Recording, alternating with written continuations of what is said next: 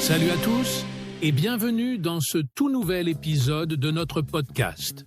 Aujourd'hui, on a un sujet qui pourrait carrément transformer votre façon d'apprendre et surtout de parler français. Oui, parce que soyons honnêtes une seconde. Vous avez déjà ressenti ça? Ce moment frustrant où vous bossez votre grammaire, vous apprenez plein de vocabulaire, vous écoutez des vidéos tous les jours. Mais quand il faut parler en vrai, tout se bloque? Exactement. Vous avez l'impression de faire tout ce qu'il faut, mais malgré ça, vous n'arrivez pas à parler avec fluidité. Et vous vous demandez « Qu'est-ce que je fais mal? Pourquoi les autres y arrivent et pas moi ?» Eh bien, spoiler alert. Ce n'est pas parce que vous êtes mauvais en langue. Ce n'est pas parce que vous êtes trop vieux ou que vous n'avez pas de don. C'est souvent une histoire d'habitude. Et les gens qui parlent vraiment bien français, croyez-moi, ils ont des routines bien spécifiques. Et aujourd'hui, on va vous dévoiler les 5 habitudes ultra simples, mais super puissantes, que tous les francophones fluides ont en commun. Des habitudes que vous pouvez commencer à mettre en place dès ce soir. Alors, si vous voulez arrêter de bloquer, gagner en confiance et parler comme un vrai francophone, cet épisode est pour vous.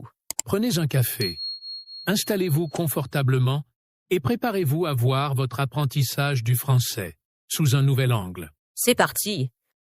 Habitude 1. Il parle tous les jours, même tout seul. Ok, on commence avec une habitude qui paraît toute simple, mais qui change tout. Les personnes qui parlent français avec fluidité ont un point commun évident. Elles parlent tous les jours, même si elles sont seules chez elles, même si elles n'ont personne avec qui pratiquer. Elles ne cherchent pas d'excuses. Elles créent des occasions. Exactement. Et tu sais quoi? La plupart du temps, elles se parlent à elles-mêmes. Oui, vraiment, devant le miroir, en marchant dans la rue, en préparant le dîner. Elles se racontent leur journée, elles décrivent ce qu'elles font en français. Bon, je vais préparer un café. Où est-ce que j'ai mis mes clés? Ah oui, sur la table. Ce soir, je vais regarder un film. Peut-être une comédie. Et au début, bien sûr, ça fait un peu bizarre. On se sent un peu fou. Mais au fond, c'est du pur entraînement cérébral. Comme aller à la salle de sport. Mais pour la langue. Plus vous utilisez votre bouche pour former des phrases, plus votre cerveau automatise le processus. Le truc, c'est que vous n'avez pas besoin d'attendre d'avoir un partenaire ou un professeur pour parler. Si vous avez une bouche, vous avez un partenaire. Parler à voix haute, même 5 minutes par jour, c'est ce qui fait passer votre vocabulaire de passif à actif. Et tu sais quoi? Beaucoup de francophones apprennent l'anglais ou l'espagnol comme ça aussi. On sous-estime trop souvent la puissance de l'autopratique. Ce n'est pas le niveau de grammaire qui vous rend fluent. C'est le fait d'utiliser le français au quotidien, dans la vraie vie. Alors, conseil du jour. Commencez dès ce soir. Choisissez une action banale.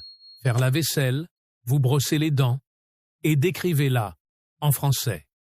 C'est simple, mais terriblement efficace. Et c'est exactement ce que font les francophones fluides. Habitude 2. Ils écoutent du vrai français, tous les jours. Alors, la deuxième habitude des gens qui parlent couramment, c'est qu'ils baignent littéralement dans le français, tous les jours. Pas une fois par semaine, pas seulement pendant un cours, tous les jours. Et surtout, ils n'écoutent pas du français de livres.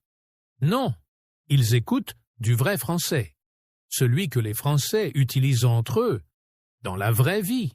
Oui, podcast, séries, vidéos YouTube, interviews, conversations dans la rue.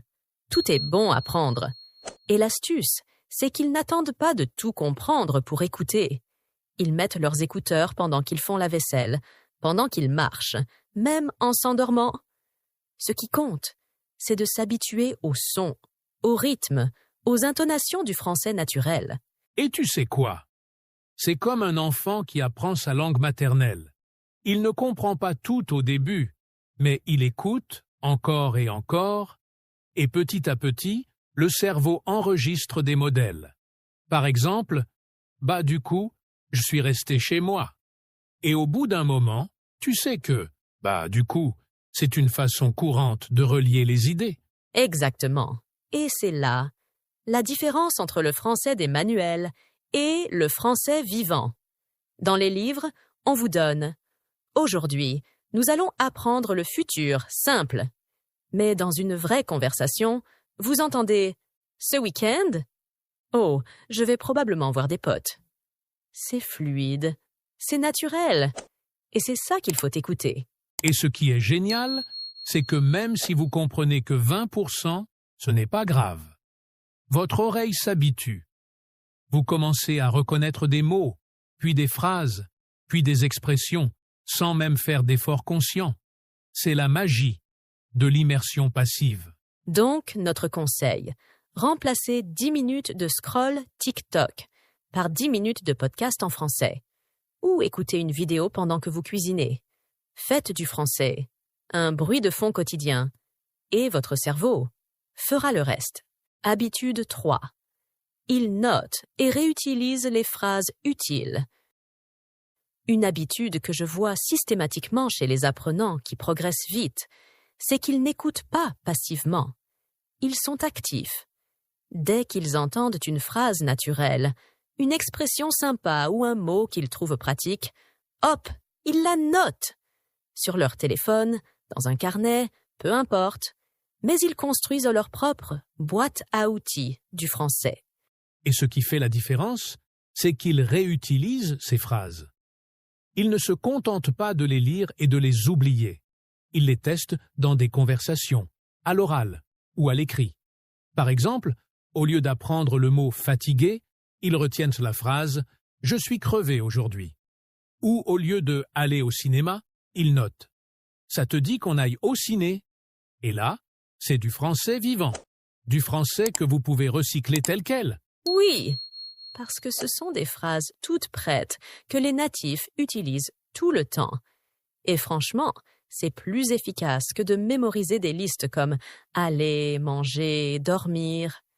Les mots seuls, c'est bien, mais les phrases, c'est ce qui fait la différence dans une vraie conversation. Et tu sais quoi? Quand tu réutilises une phrase entendue dans un vrai contexte, une série, un podcast, une discussion, ton cerveau l'associe à une émotion, une image, une situation. Résultat, tu la retiens beaucoup plus facilement et surtout, tu sais quand et comment l'utiliser. Exactement. C'est un peu comme apprendre à danser.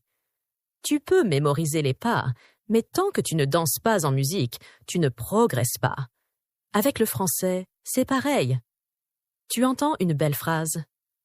Tu l'écris, tu la répètes, tu la places dans ta prochaine conversation. Et là, tu verras.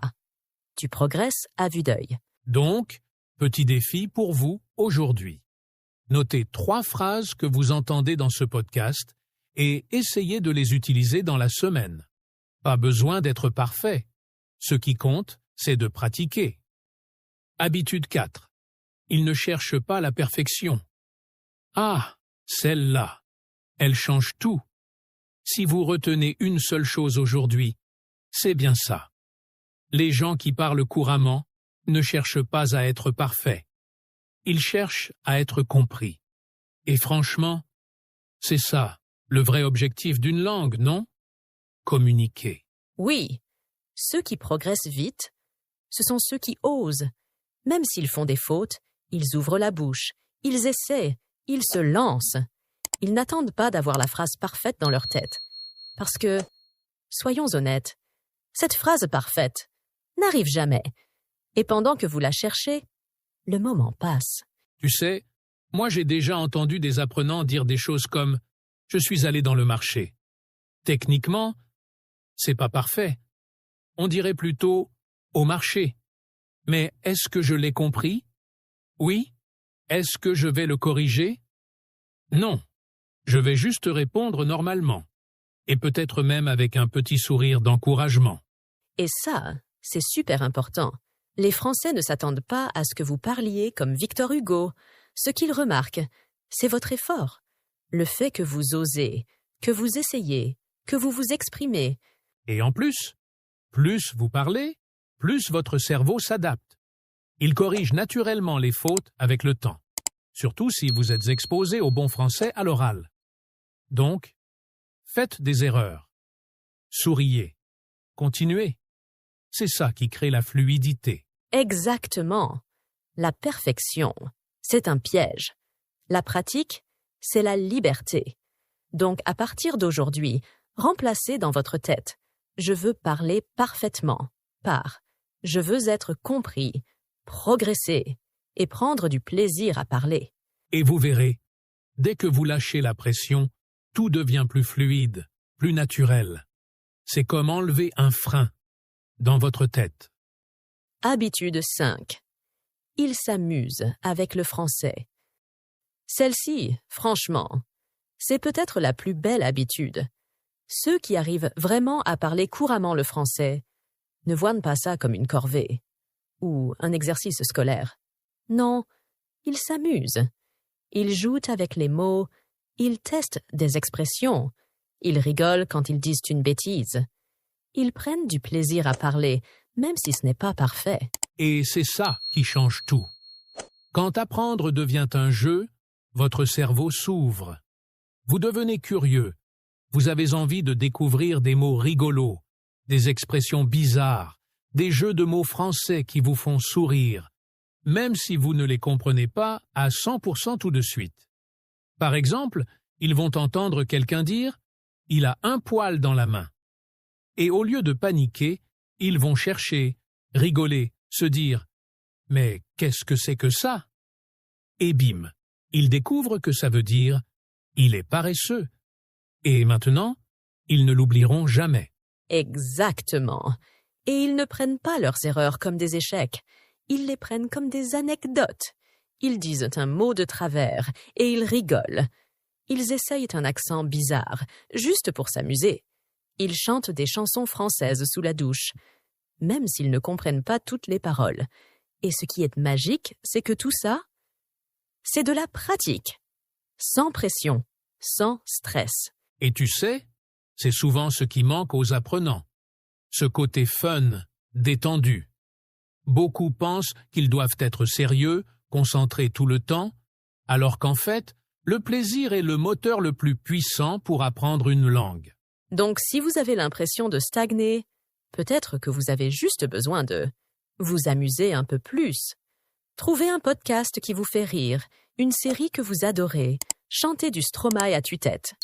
Peu importe, tant que vous prenez plaisir à être en contact avec le français. Parce qu'à la fin, c'est pas juste une question de grammaire ou de vocabulaire, c'est une relation. Et comme toutes les relations, elles durent quand il y a du plaisir, du jeu et de la joie. Alors, on récapitule ensemble les 5 habitudes qui font toute la différence entre quelqu'un qui apprend le français et quelqu'un qui le parle vraiment, avec confiance. Ils parlent à voix haute tous les jours, même seuls. Ils écoutent du vrai français, sans sous-titres parfois, juste pour s'immerger. Ils notent et réutilisent des phrases utiles, pas juste des mots isolés. Ils n'ont pas peur de faire des erreurs. Au contraire, ils en tirent des leçons. Et surtout, ils s'amusent avec la langue. Et franchement, pas besoin de tout faire d'un coup. Choisissez une de ces habitudes, intégrez-la dans votre quotidien dès aujourd'hui et observez. Vous allez voir un changement. C'est garanti. Alors maintenant, c'est votre tour. Dans les commentaires, dites-nous quelle habitude vous attire le plus. Laquelle allez-vous tester dès ce soir? On adore vous lire et on répond à chacun de vos messages. Et bien sûr, si ce podcast vous booste, si vous progressez grâce à ces épisodes, abonnez-vous, likez et partagez-le avec d'autres apprenants. C'est comme ça qu'on grandit ensemble. Merci d'avoir été avec nous. Continuez à parler, à pratiquer et surtout, à kiffer le français. À très bientôt dans le prochain épisode. Ciao tout le monde.